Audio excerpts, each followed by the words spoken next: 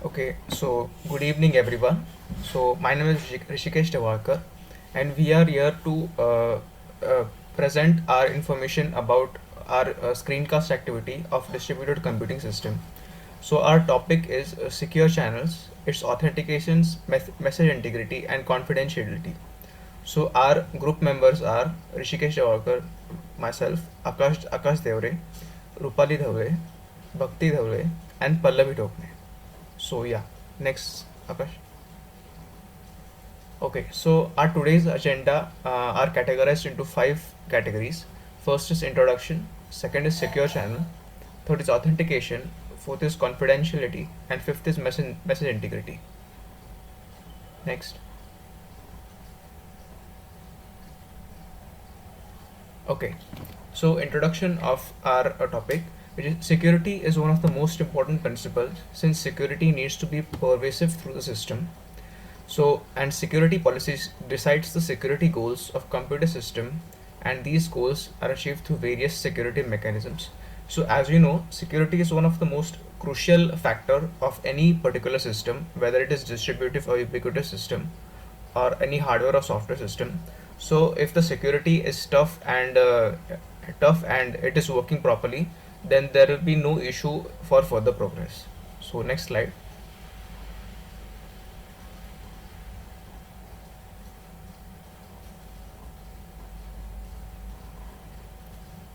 Next slide, Akash. Yeah. So goals of computer security. So goals are categorized into four parts. First is secrecy, second is privacy, third is authenticity, and fourth is integrity. So secrecy is nothing but information within the system must be accessible only to the authorized user. That is nothing but the user which owns the information within its system only can access that information. The next is privacy. So the information given to the users must be used only for the purpose for which it was given. So this statement means that the purpose of the message should be firm on basis of which the user will use that particular information for a particular progress. Next is authenticity. The user must be sorry Akash. Yeah, so authenticity. The user must be able to verify that the data obtained is from expected sender only. So authentication is nothing but the we have to verify the sender through which we have got the information, and is it information valid, and we have to verify with the help of authenticity. And the next is integrity, which is nothing but information must be protected from unauthorized access. So we have to confirm in this section whether the information is authorized or unauthorized depending on the sender through which we are getting the information, whether it is valid or not. So next slide, Akash. Yeah. So there are four. I think yeah. Uh, Thanks, Rishikesh, for your wonderful introduction and explanation about the topic. Now, I am Akash Theure. I am going to explain further about these topics. And next topic is types of threats which causes our information to get lost or get stolen in various ways.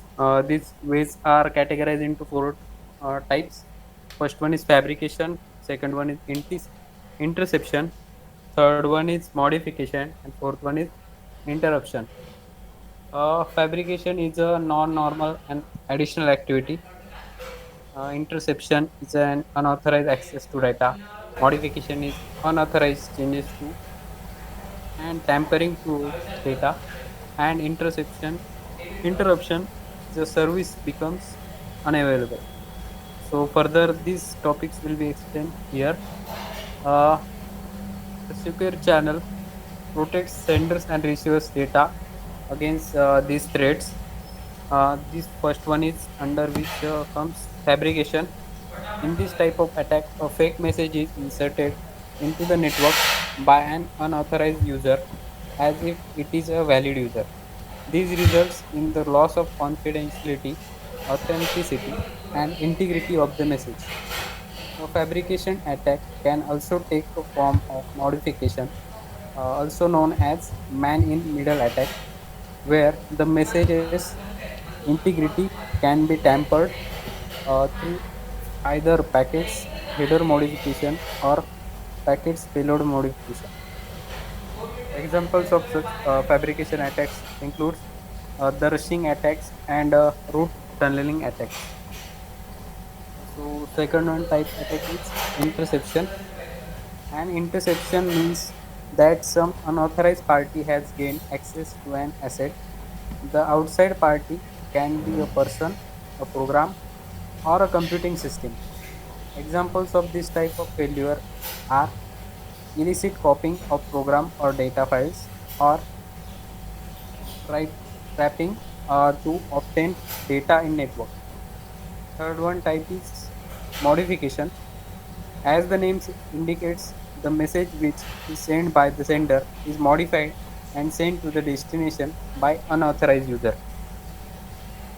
Further, the topic comes under is security policy and mechanisms used in various security channels. So, security policy describes what actions the entities in a system are allowed to take and which are prohibited.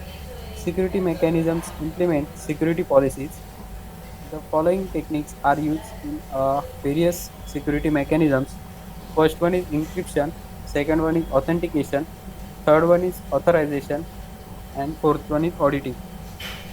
Encryption allows users to encrypt the data, sender's data, into a form which is not a human readable, but machine can transcript it using various techniques.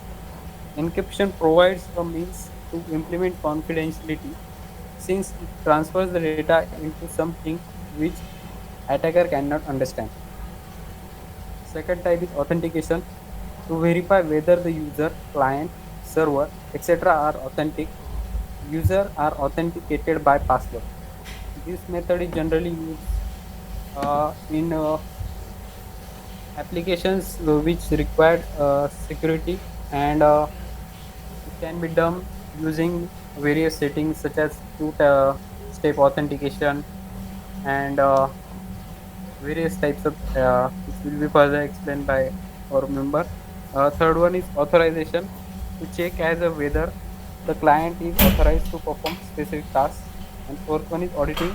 Tools are used to trace which clients access what information and when they did so. So the our next member Bhakti will explain.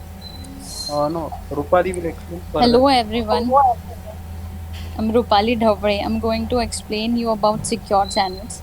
But before that, let's try to understand why do we need secure channels. Secure communications is the most common real-world application of cryptography today. Consequently, secure channels are extremely widely deployed in practice. We have SSL, TLS, IPsec, SSH. Then we have mobile phone communication such as GSM, 4G, 5G. Then we have encrypting messages in messaging app like Signal and iMessages. So now let's discuss about secure channels. A secure channel protects sender and receiver from against fabrication, modification, interception. To have a secure communication, we should have an authentication of communicating parties, ensure data integrity and confidentiality. Next slide.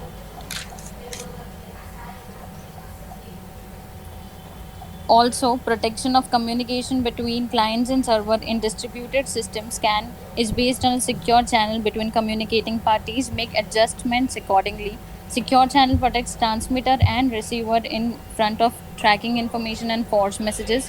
In cryptography, a secure channel is a way of transferring data that is resistant to overhearing and tampering. A confidential channel is a way of transferring data that is resistant to overhearing but not necessarily resistant to tampering. It is as important to keep the information secret where it is stored as well as when it is sent over a network. The security architecture incorporates elements to safeguard the confidentiality of information and ensure that all access to the computing resources is authorized and authenticated. Next.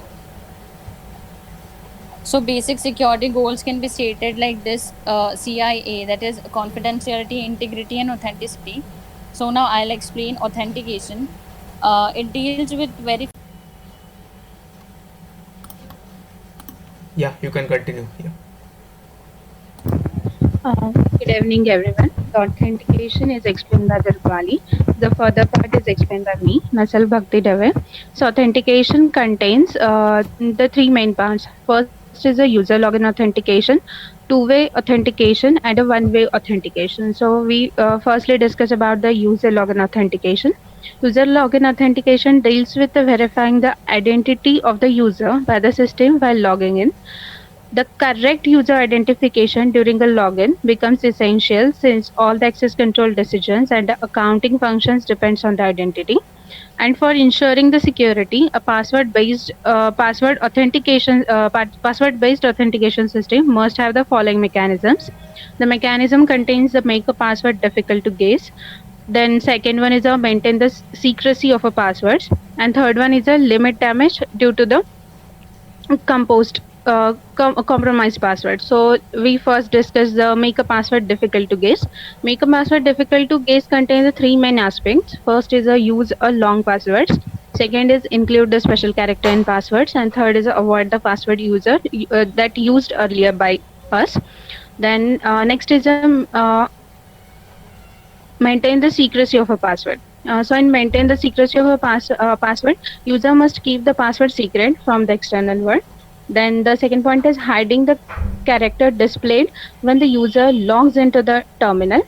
And the password table is a protected and accessible only to the authentication program. And all the entries in a password table is encrypted. Next slide, please. So the next part of authentication is a one-way authentication of a communicating entities. An entity A wants to communicate with the entity B.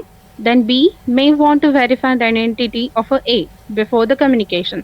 This authentication protocol directly uses the crypto system based design principle, which categorized into the two parts: protocol based on a symmetric crypto system, and the second is protocol based on a asymmetric crypto system.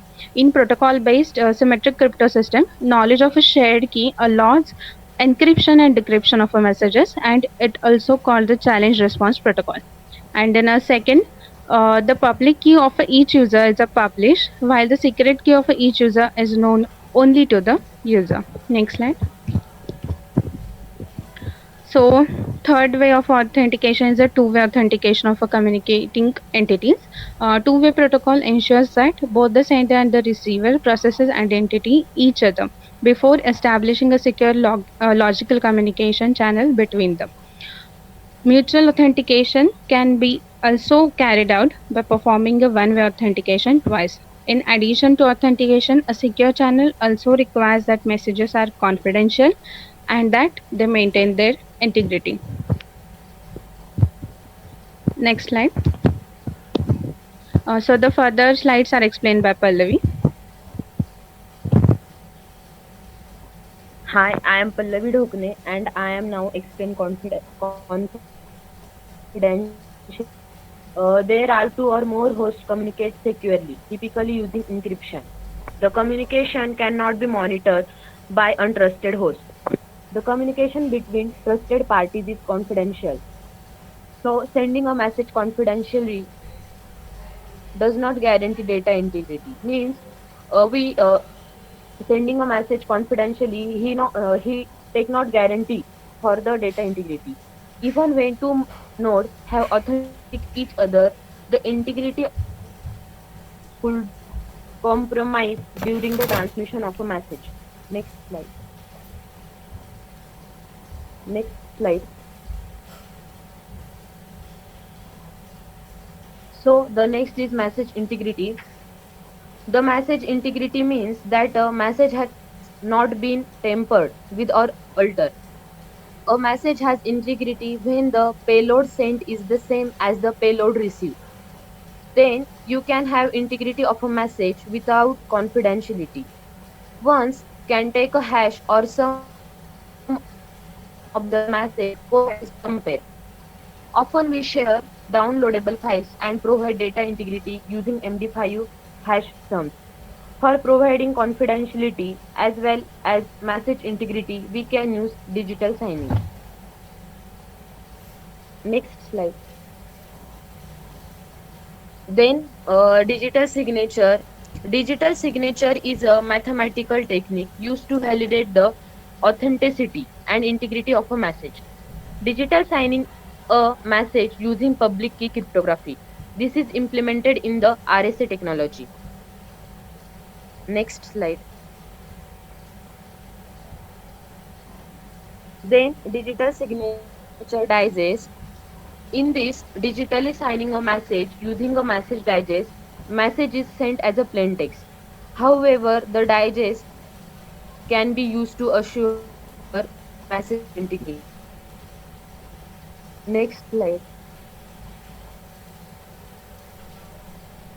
Akash.